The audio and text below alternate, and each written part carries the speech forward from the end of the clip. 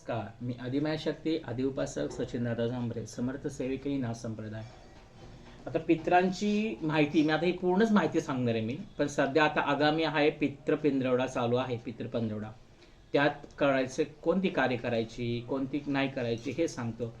तर सगळ्यात पहिला पितृपंधरवड्यामध्ये बरेच जण म्हणतात पितरांचा महिना असतो, देवाची पूजा करणे. तसं नाही, तुमची जी नैमित्तिक कर्म आहे ती तुम्ही करू शकता आणि ती करायचीच. म्हणजे देवपूजा करायची. अक्षरशः म्हणजे म्हणतात बा पितृपंधरवड्याला देवाला नैवेद्य दाखवायचं नाही.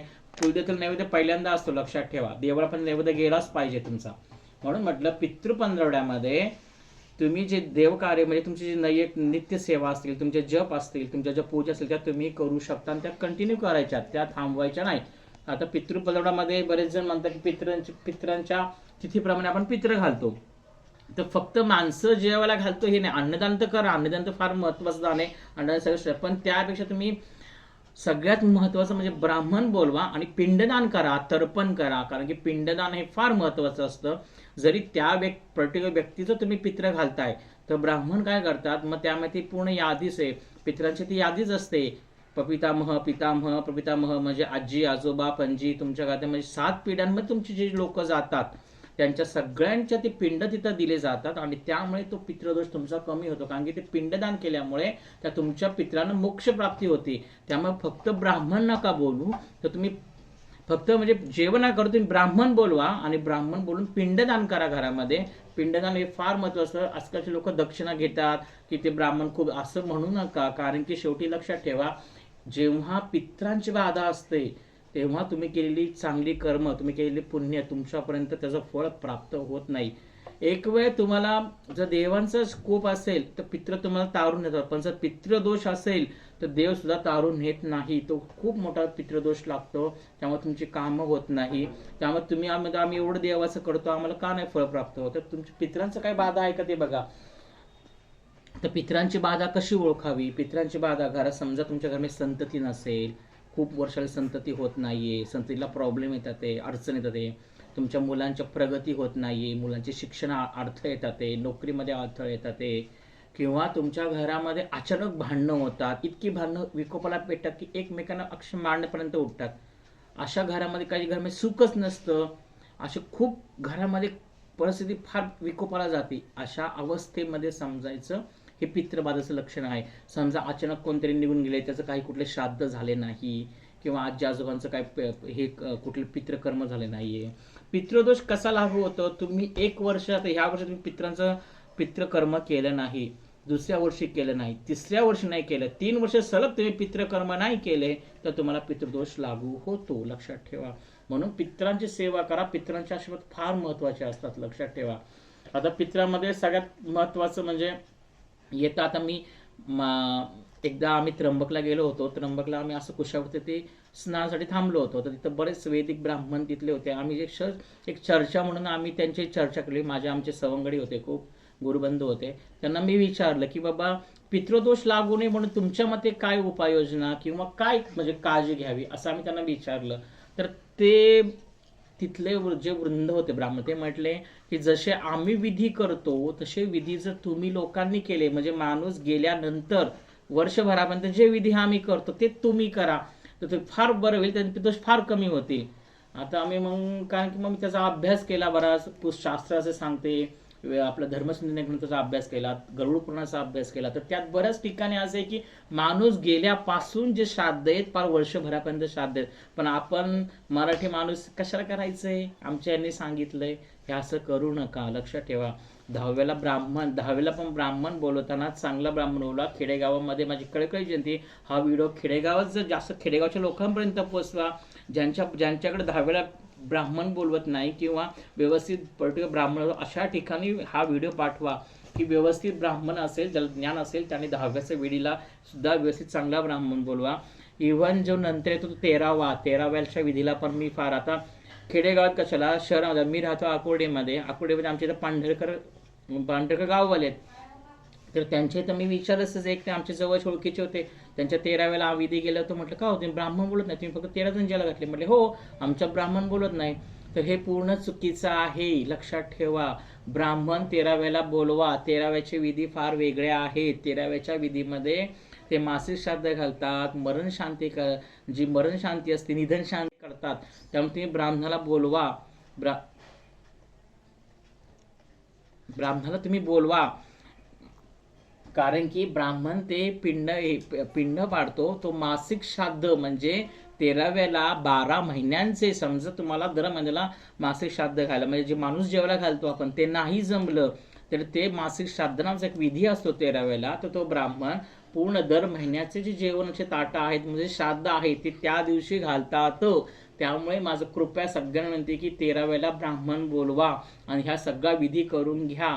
कारण की कसं होतं, याचा कळत नकळत ह्याचा इफेक्ट तुमच्या कुटुंबावर, तुमच्या मुलांवरती पुढे हा त्रास होतो. त्यामुळे पितृदोष लागू होतो. त्यामुळे शक्यतो ब्राह्मण बोला.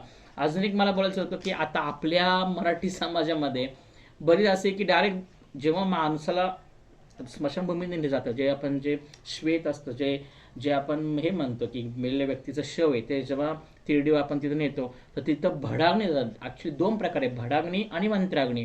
म्हणजे जेव्हा माणूस गेला विधी जो जातात माणसाला तो, तर त्याच्यामध्ये ब्राह्मण काय करायचं, ब्राह्मण बोलतो, ब्राह्मण स्मशानभूमीमध्ये येतो, तो खाली मंत्राग्नी पेटवतो आणि त्या मंत्राग्नी तो अग्नी जळतो. पण आपल्या इथं आपण त्या दिवशी ब्राह्मण बोलवत नाही. तर ब्राह्मण बोलवा, जवळ ब्राह्मण असतो, ज्यांना शक्य आहे त्यांनी ब्राह्मण बोलवा आणि तो मंत्राग्नी द्या, भडाग्नी देऊ नका. आणि भडाग्नी दिल्यानंतर मग 13व्याला विधी हा असतो तो की बाबा भडाग्नी दिला किंवा 12व्याला 13व्याला 10व्याला 12 आणि 13व्याला असे 2 विधीमध्ये आहेत की भडाग्नी दिल्यानंतर पहिल्यांदा मंत्राग्नी दिली जाते. आहेत असे 10वा 12वा 10व्यापासून ते विधी आहेत. म्हणून म्हटलं की ब्राह्मण जो आहे तो ब्राह्मण पर्टिक्युलर त्याला हे सगळे विधी माहिती आहेत का, कारण की मरणोत्तर जे श्राद्ध असतात ते करणारे ब्राह्मण वेगळे असतात, पूजा करणारे ब्राह्मण वेगळे असतात. कारण की मरणोत्तर जे विधी करतात म्हणजे पहिल्या दिवसापासून 10वा 12वा 13वा जे काय करतात तर त्या विधीला काहीतरी विधीला नियम आहेत आणि ते नियम ते ब्राह्मण पाळतात, त्यांना ते नियम दिलेले आहेत. त्यामुळे ते पूजा करणारे तो विधी करणारे ब्राह्मण वेगळे असतात. आणि आहेत असे भरपूर आहेत, तुम्ही त्यांना बोलवा आणि त्यांना मंत्राग्नी द्यायला सांगा, भडाग्नी देऊ नका, ही माझी कळकळीची विनंती आहे. आता पुढं झालं 10वा 13वा झालं, मासिक श्राद्ध झालं. आता बऱ्याच जणांचं असं होतं की सुतक कोणतं पाळावं. आता सुतक कोणतं पाळावं हा सगळ्यात मोठा प्रश्न आहे. अक्षरशः म्हणजे आम्ही एवढे सुतकं पाळतो की अख्ख्या गावाचं सुतक आम्ही पाळतो. शास्त्राने फक्त 7 पिढ्यांचं सुतक पाळायला सांगितलंय. हे शास्त्र धर्मसिद्ध निर्णय ग्रंथ. आता 7 पिढ्या कोण, मी, माझे वडील, माझे आजोबा, त्यांचे पंजोबा, त्या पंजोबांचे भाऊ, पंजोबांचा मुलगा, पंजोबांचा त्यांचा मुलगा नातू, म्हणजे असे हे 3 ते 3 आणि मी एक 7वा, असे 7 पिढ्याचं सुतक पाळायचं.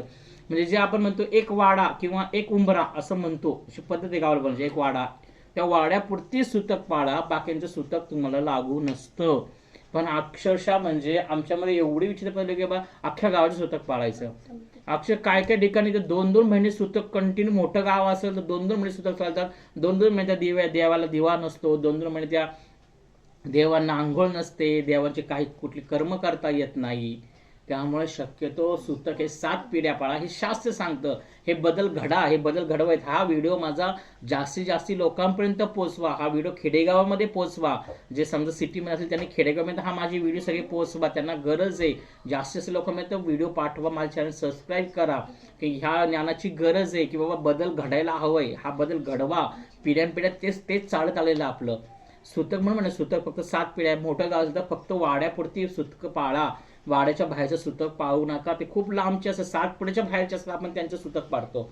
त्यामुळे सुतक फक्त 7 पिढ्याच पाळा, हे कळकळीची विनंती आहे मला. कारण की मी बघितलंय माझे काही शिष्य आहेत की बाबा मी एक दिवस बघितलं त्यांच्या घरी का म्हटलं आम्ही कार्यक्रमाला ते येतात बरोबर, त्यांना 1 महिना सुतक आलंय, परत 15 दिवसांनी सुतक आहे. अक्षर त्यांच्या घरात मागं 2 महिने सुतक पूजा नव्हती, पाठ नव्हता, घरामध्ये देवी पडली, घरामध्ये दिवाबत्ती नाही. मग सांगा बरं हे कसं वाटतं. म्हणून म्हटलं फक्त 7 पिढ्यांचं सुतक पाळा. मी ज्या 7 पिढ्या सांगितल्या त्याच्या व्यतिरिक्त सुतक पाळायचं शास्त्र सांगतं, शास्त्राप्रमाणे चाला, हे सांगतं तसं करू नका.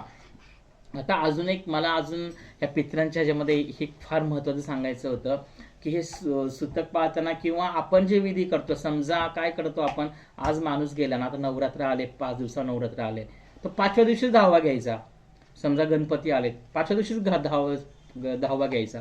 का तर सगळ्यांना गणपतीला, असं करू नका, हे पूर्णपणे चुकीचं आहे.